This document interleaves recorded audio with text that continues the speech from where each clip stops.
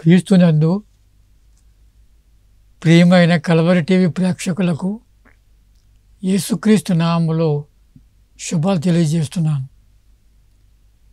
The Christian hope ministries సమర్పించు అందరికి నడిపించుమా అనే మీ ఆధ్యాత్మిక కార్యక్రమానికి మిమ్మల్ని ప్రేమతో ఆహ్వానిస్తున్నాను. క్రైస్తవ సంఘాలు శ్రమల కాల ధ్యానాలు కొనసాగించుచుండగా ఈరోజు మన ధ్యానాంశం యేసు శిలువపై పలికిన 6వ మాట. యేసు శిలువపై పలికిన 6వ మాట యోహాను 19:30 ఇలా ఉంది. యోహాను 19:30 యేసు ఆ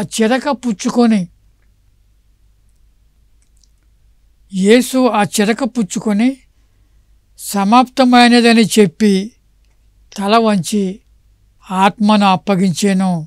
సమాప్తమైనదని చెప్పి తల వంచి ఆత్మను అప్పగించాను. ప్రియమైన స్నేహితులారా, సాధారణంగా మనం ఏదైనా ఒక కార్యక్రమాన్ని ప్రారంభించినప్పుడు దాన్ని ముగించడానికి, సమాప్తం చేయడానికి కృషి చేస్తాం, ప్రయాసపడతాం, ప్రయత్నం చేస్తాం, ముగించేస్తాం. అంతేకాదు, లౌకిక విషయాల్లోనే కాదు, ఆధ్యాత్మిక విషయాల్లో కూడా అదే ధోరణి, అదే సమర్పణ, అదే తపన మనం కలిగి ఉండాలి. యేసుక్రీస్తు రక్షకుడిని నమ్ముతున్నాం, విశ్వాసంలో మనం కొనసాగుతున్నాం. అయితే చివరి వరకు కూడా మనం ఈ విశ్వాసాన్ని గట్టిగా పట్టుకొని అందులో కొనసాగించడానికి మనం ప్రయత్నించాలి. ప్రసంగి 7:8 ఒక చక్కని మాట ఉంది. ప్రసంగి 7:8 కార్యారంభము కంటే కార్యాంతము మేలు. కార్యారంభము కంటే కార్యాంతము మేలు. The end of a matter is better than it's beginning. యేసుప్రభు వారికి పరమతండ్రి అప్పగించిన ఈ పరిశుద్ధ కార్యక్రమాన్ని, రక్షణ ప్రణాళిక నెరవేర్పు కొరకు యేసుప్రభు వారు ఎంతో దీక్షతో, పట్టుదలతో, సమర్పణతో ఆ కార్యక్రమాన్ని ప్రారంభించి ఆయన దాన్ని తుదముట్టించాడు. ఆయన ఆ 6వ మాట చెబుతుంది, ఇట్ ఈజ్ ఫినిష్డ్. సమాప్తమైనదని చెప్పి తల వంచి ఆత్మను అప్పగించాను. అయితే మన ధ్యానంలో యేసుప్రభు వారు శిలువ యాగం ద్వారా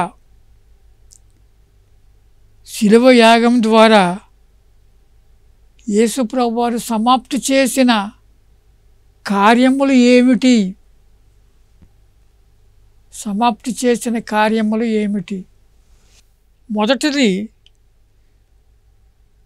యేసు శ్రమల గూర్చిన ప్రవక్తల ప్రవచనాల నెరవేర్పు సమాప్తమైనది.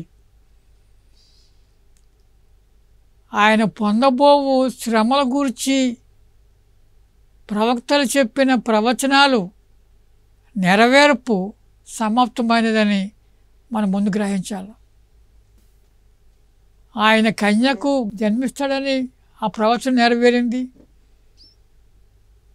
స్త్రీ సంతానముగా వచ్చాడు ఈ లోకంలోకి ఆయన. అంతేకాదు, ఆయన పడవలసిన శ్రమల గురించి కూడా అనేకమైన ప్రవచనాలు ఉన్నాయి. ఆ ప్రవచనాల నెరవేర్పు కూడా సమాప్తమైందని మనం గ్రహించాలి. యెషయా 53:5 మన అతిక్రమ క్రియలను బట్టి ఆయన నలగొట్టబడ్డాడు. శ్రమ. మన దోషములను బట్టి ఆయన గాయపరచబడ్డాడు. మన సమాధానార్థమైన శిక్ష ఆయన మీద పడింది. ఎలాగా? పొంతు పిలాతు యేసుప్రభు నిర్దోషి అని 3 సార్లు ప్రకటించాడు. ఆయనలో ఏ దోషము నేను చూడలేదు, నాకు కనపడలేదని చెప్పాడు ప్రజల ముందు. అంచేత నిర్దోషిని శిలువ మరణానికి అప్పగిస్తారా? ఎంత అన్యాయం చూడండి ప్రియమైన స్నేహితులారా.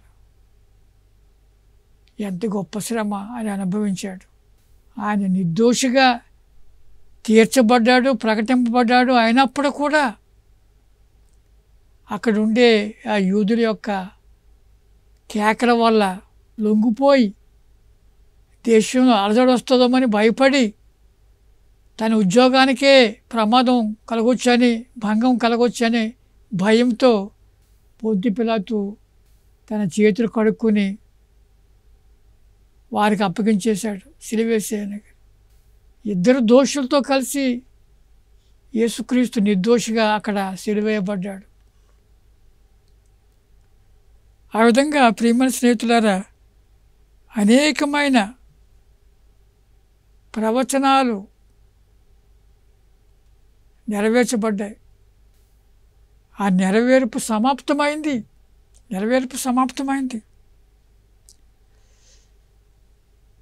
యేసుప్రభు వారు కొట్టువారికి తన వీపును అప్పగించాను, వెంట్రుకలు పెరికివేవారికి తన చెంపలను అప్పగించాను. యెషయా 50:6 ఈ ప్రవచనాలు పరిపూర్ణంగా నెరవేరబడ్డాయి. అంచేత మొదటిది, శిలువ యాగం ద్వారా యేసు సమాప్తి చేసిన కార్యములలో మొదటిది యేసు శ్రమల గూర్చిన ప్రవక్తల ప్రవచనాల నెరవేర్పు సమాప్తమైనది.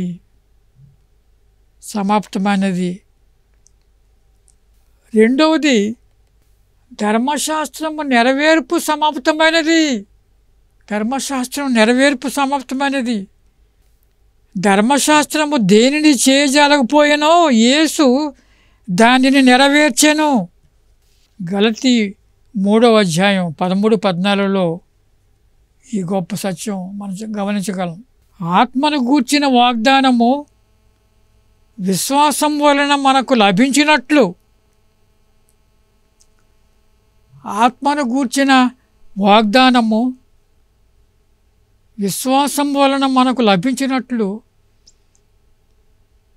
అబ్రహాము పొందిన ఆశీర్వచనము క్రీస్తు యేసు ద్వారా అన్యజనులకు కలుగుటకై క్రీస్తు మన కోసము శాపమై మనలను ధర్మశాస్త్రం యొక్క శాపం నుండి విమోచించెను. ఇందును గూర్చి మ్రాను మీద వ్రేలాడిన ప్రతివాడును శాపగ్రస్తుడని వ్రాయబడి ఉన్నది. అంచేత ప్రియమైన స్నేహితులారా, రెండవ సత్యం ఏమిటంటే ధర్మశాస్త్రము నెరవేర్పు సమాప్తమైనది. అబ్రహాముకు వాగ్దానం చేయబడిన ఆ ఆశీర్వచనము యేసుక్రీస్తు ద్వారా అన్యజనులు పొందినట్లు యేసుక్రీస్తు ధర్మశాస్త్రాన్ని సంపూర్ణంగా నెరవేర్చాడు. ధర్మశాస్త్రం వల్ల రక్షణ కలగదు, విమోచన కలగదు. ధర్మశాస్త్రం చెప్పేది ఏటల్లా తేటపరిచేది ఏమిటంటే పాపం అనగా ఏమిటో చెబుతుంది. పాప పరిహారము, పాప ప్రాయశ్చిత్తం గురించి అది మనకేం తేటపరచదు. ఆ విధంగా ప్రియమైన స్నేహితులారా, రెండవది ధర్మశాస్త్రం నెరవేర్పు సమాప్తమైనది. రోమా 3:24 కాబట్టి నమ్మువారు ఆయన కృప చేతనే క్రీస్తు యేసునందలి విమోచనం ద్వారా ఉచితముగా నీతిమంతులను తీర్చబడుచున్నారు. ఉచితముగా యేసుక్రీస్తు కృపచేతనే యేసుక్రీస్తునందలి విమోచనం ద్వారా ఉచితముగా నీతిమంతులను తీర్చబడుచున్నారు. అంచేత ధర్మశాస్త్రం చెప్పే అనేకమైన సంగతుల వల్ల కాదు, ఆయన ధర్మశాస్త్రానికి సమాప్తపరిచాడు ఆయన. మూడవది, యేసుక్రీస్తు దేవునికి నరులకు మధ్యవర్తిగా ఉన్నాడు. ఆయన మధ్యవర్తిగా వచ్చాడు. ఆయన ఆ మధ్యవర్తిత్వం సమాప్తమైనది. మూడవది, మధ్యవర్తిత్వము సమాప్తమైనది. ఎఫెసీ 2:13-14 వచనాల్లో ఈ సత్యం మనం గమనించగలం. ఆయనను మునుపు దూరస్తులైన మీరు ఇప్పుడు క్రీస్తు యేసునందు క్రీస్తు రక్తము వలన సమీపస్తులై ఉన్నారు. మన ఉభయులను ఆయన ఏకము చేసెను. 1 తిమోతి 2:5. దేవుడు ఒక్కడే, దేవునికి నరులకును మధ్యవర్తి ఒక్కడే, ఆయన క్రీస్తు యేసును నరుడు. మధ్యవర్తిగా వచ్చి ఆయన తన పనిని సఫలపరిచాడు, మధ్యవర్తిత్వాన్ని ముగించాడు. ఆయన మధ్యవర్తిత్వం ద్వారా, శిలువ మరణం ద్వారా ఆయన పాప ప్రాయశ్చిత్తం చెల్లించి అటు నరులకు దేవునికి మధ్య ఉండవలసిన సమాధానాన్ని ఆయన స్థాపించి, ఆ శిలువ మ్రాను అడ్డుకొయ్య, నిలువు కొయ్య. అడ్డుకొయ్య ఏం సూచిస్తుందంటే మనిషికి ఉండవలసిన సమాధానం సూచిస్తుంది. నిలువు కొయ్య దేవునికి నరునికి ఉండవలసిన సమాధానం సూచిస్తుంది. ఈ రెండును కూడా ఆయన నెరవేర్చి దేవుడు అప్పగించిన ఆ యొక్క పరిశుద్ధ కార్యాన్ని సమాప్తం చేశాడు ఆయన. మొదటిది శ్రమల గూర్చిన ప్రవక్తల ప్రవచనాల నెరవేర్పు సమాప్తమైనది. ధర్మశాస్త్రం నెరవేర్పు సమాప్తమైంది. మధ్యవర్తిత్వం సమాప్తమైంది. 4వది సాతాను ఓటమి సమాప్తమైంది. కొలసి 2:15లో ఒక చక్కని మాట ఉంది. ప్రియమైన స్నేహితులారా, ఆయన ప్రధానులను అధికారులను నిరాయుధులనిగా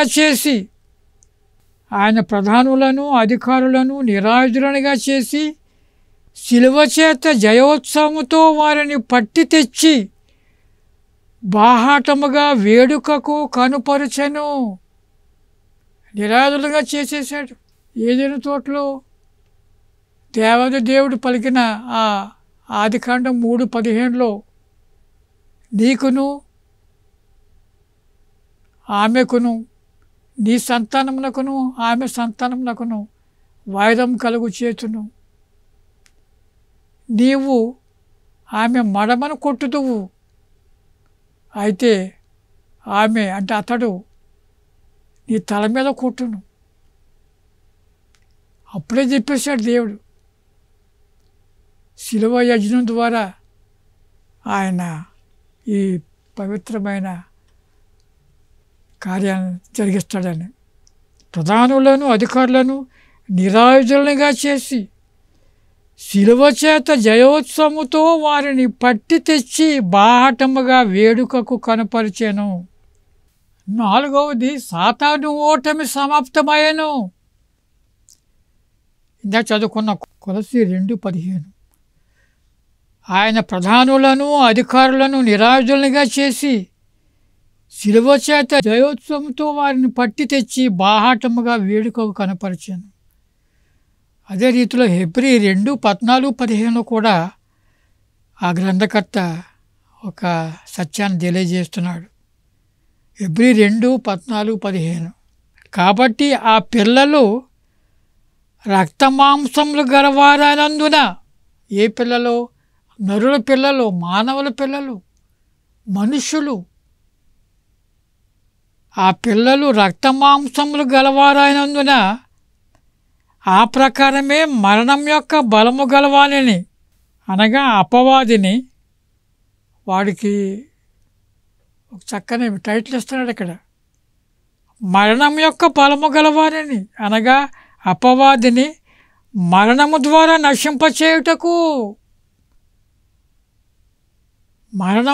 నశింపచేయుటకును జీవితకాలం అంతయు మరణ భయము చేత దాస్యము నాకు లోబడిన వారిని విడిపించుటకును ఆయన కూడా రక్తమాంసములలో పాలువాడాయను. ఎందుకు ఆయన నరావతారగా వచ్చాడనే దానికి ఇది మరణంతో కూడిన సత్యాన్ని ఈ గ్రంథకర్త తెలియజేస్తున్నాడు. ప్రియమైన సహోదరులారా, అంచేత ప్రియమైన స్నేహితులారా, యేసు ప్రభు పలికిన 6వ మాట ఎంతో గంభీరమైన భావగర్భితమైన మాట అది. ఆయన శ్రమలు గూర్చిన ప్రవచనాలు నెరవేర్పు సమాప్తమైంది. ధర్మశాస్త్రం నెరవేర్పు సమాప్తమైంది. మధ్యవర్తిత్వం సమాప్తమైంది. సాతాను ఓటమి సమాప్తమైంది. 5వది, పరమతండ్రి నుండి తనకు కలిగిన ఎడబాటు సమాప్తమైనది. ఆయన పరవాసిగా ఉండి హద్దులు లేని ప్రపంచం అది. కల్మషం లేని ప్రపంచం, మాలిన్యం లేని ప్రపంచం. ఆ ప్రపంచాన్ని విడిచిపెట్టి పరవాస నుండి ధరవాసగా వచ్చాడు. ఇక్కడంతా కూడా గత్తరే. ఆ 33 సంవత్సరాల ఎడబాటు, పరమతండ్రి నుండి ఎడబాటు, అది సమాప్తమైనదని మనం గ్రహించాలి. ప్రియమైన స్నేహితులారా, శరీరరీత్యా 33 సంవత్సరాలు ధరవాసిగా జీవించి తండ్రి చిత్తానుసారముగా పెక్కు పరిచర్యలు చేసి దేవుని రాజ్యాన్ని ఆవిష్కరించి దేవుడు సంకల్పించిన రక్షణ ప్రణాళికను ఆయన సంపూర్ణంగా పరిపూర్ణంగా నెరవేర్చి ఆయన ముగించి మళ్ళీ యుక్తకాలం మందు ఆరోహణుడై పరమ తండ్రికి చేరుకున్నాడు. ఆ విధంగా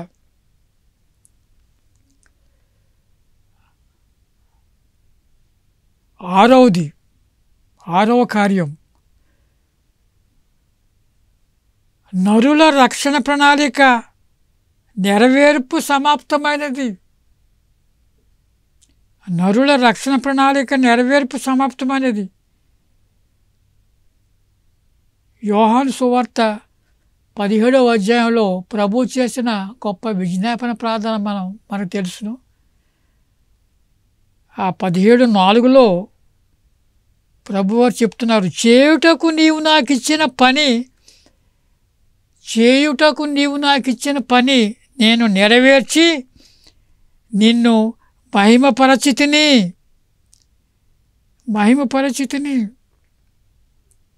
చేయుటకు నీవు నాకు ఇచ్చిన పని నేను నెరవేర్చి నిన్ను మహిమపరచితిని అని ఎంతో తేటగా స్పష్టంగా ప్రభువారు తెలియజేస్తున్నారు. ఇంకో సందర్భంలో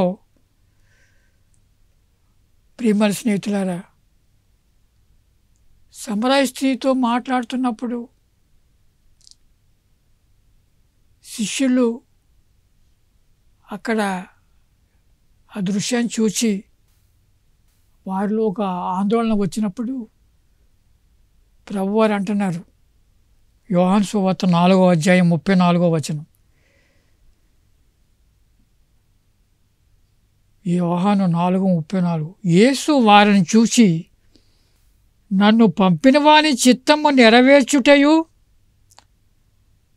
ఆయన పని తుదముట్టించుటయు నాకు ఆహారమై ఉన్నది.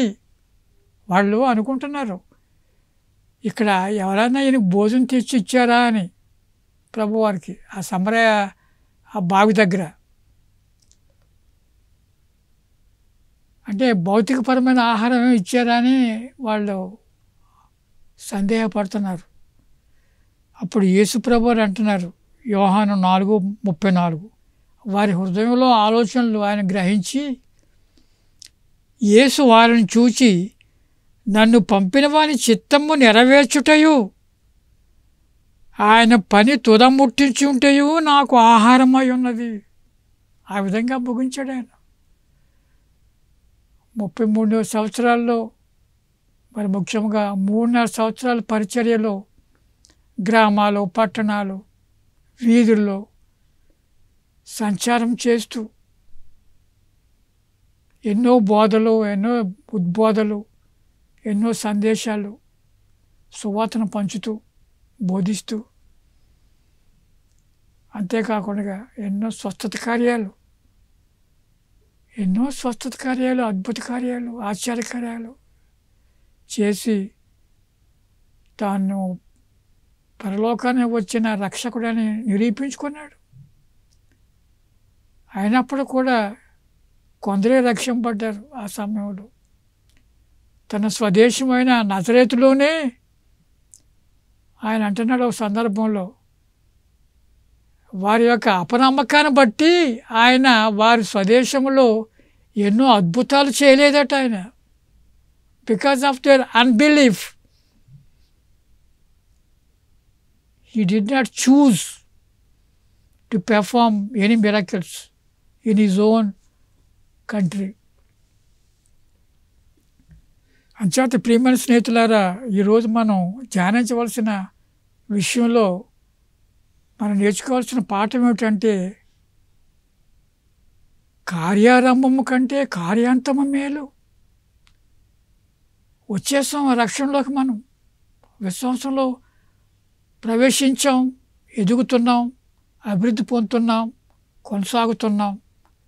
అయితే ఏ విధంగా అయితే ప్రభువు ఆయన 6వ మాట ప్రకారంగా సమాప్తమాయను అని చెప్పి తన పనిని ముగించాడో విజయవంతంగా, అదే రీతిలో మనం కూడా ప్రియమైన స్నేహితులారా మనము కొనసాగి చివరి వరకు కూడా మనకు అందబోయే జీవ కిరీటాన్ని పొందడానికి మనం ప్రయాసపడాలి. చివరిగా 1 కొరింథీ 15:58 15వ అధ్యాయం చివరి వాక్యంలో పౌలు భక్తుడు కొన్ని విషయాలు తెలియజేస్తున్నాడు, హెచ్చరిస్తున్నాడు. కాగా నా ప్రియ సహోదరులారా, నీ ప్రయాసము ప్రభువునందు వ్యర్థము కాదని ఎరిగి. నీ ప్రయాసము అంటే నీ విశ్వాస ప్రయాసము,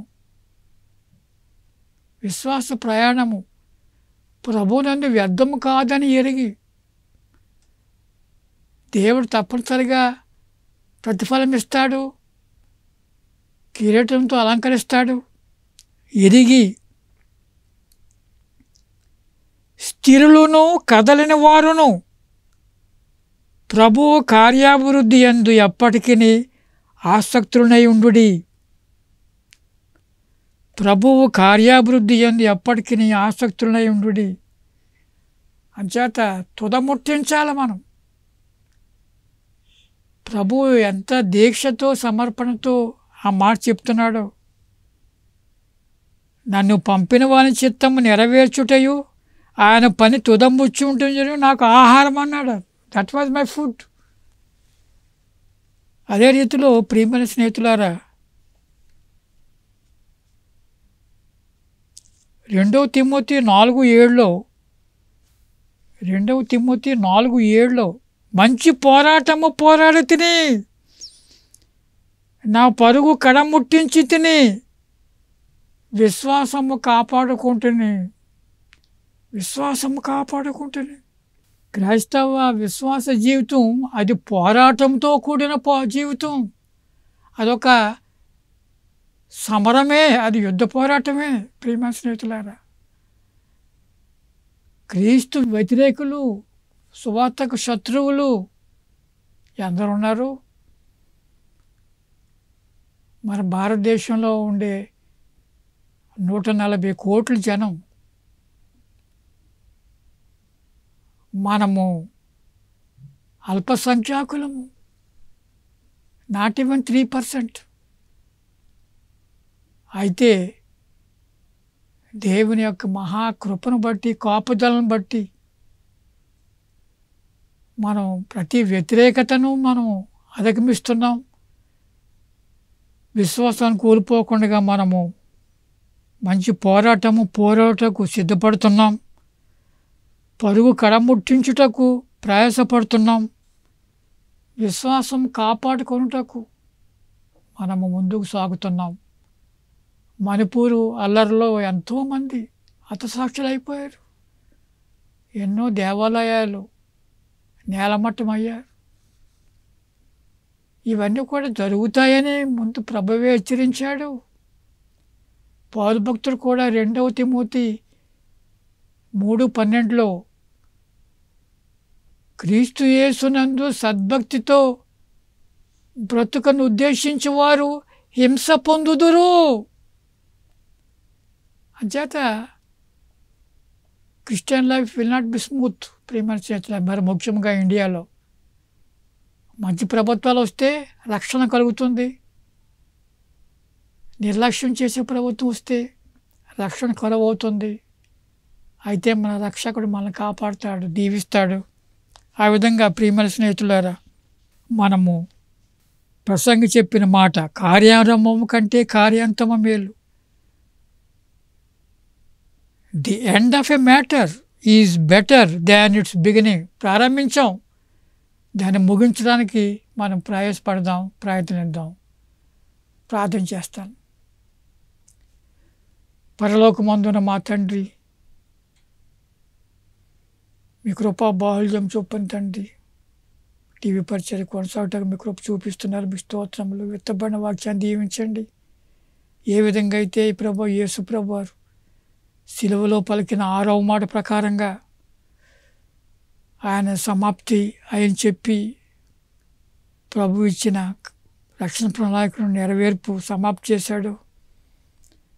అదే రీతిలో తండ్రి మేము ఆయన శిష్యులుగా, ఆయన ప్రజలుగా, ఆయన సహోదరులుగా తండ్రి ఈ రక్షణ జీవితాన్ని మేము కొనసాగించడానికి మాకు సహాయం చేయమని, ధైర్యంతో నింపమని మీకు స్తోత్రం నాయన. స్తోత్రములు. ప్రతి అడ్డంకును తొలగించి మేము ముందుకు సాగినట్లు మాకు సహాయం చేయమని, ఏ విధంగా అయితే యేసు ప్రభు తండ్రి ఎంతో విజయవంతంగా జయశాలిగా తన పని ముగించారో తండ్రి, అదే రీతిలో మా విశ్వాస ప్రయాణాన్ని కూడా మేము సాగించినట్లు మాకు సహాయం చేయమని, కల్వరి టీవీ యాజమాన్యాన్ని దీవించండి, సిబ్బందిని దీవించమని, వింటున్న వారిని ఆశీర్వదించమని యేసు నామములో అడిగి వేడుకుంటున్నాము తండ్రి. Amen, amen, amen.